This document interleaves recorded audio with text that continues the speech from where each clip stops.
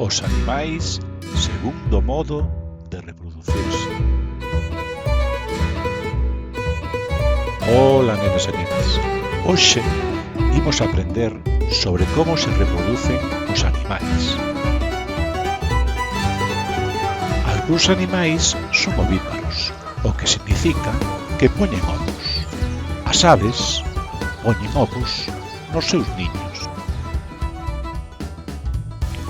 As tartarugas poñen ovos na area.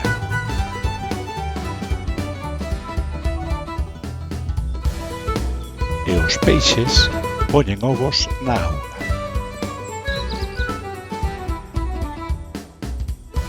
Cando os ovos están listos, as crías salen deles. Pitiños,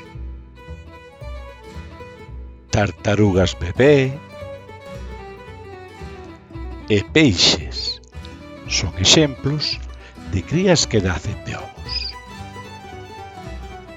Outros animais son vivíparos, o que significa que as súas crías nacen vivas. Os cans teñen cadeliños. Os gatos teñen gatiños.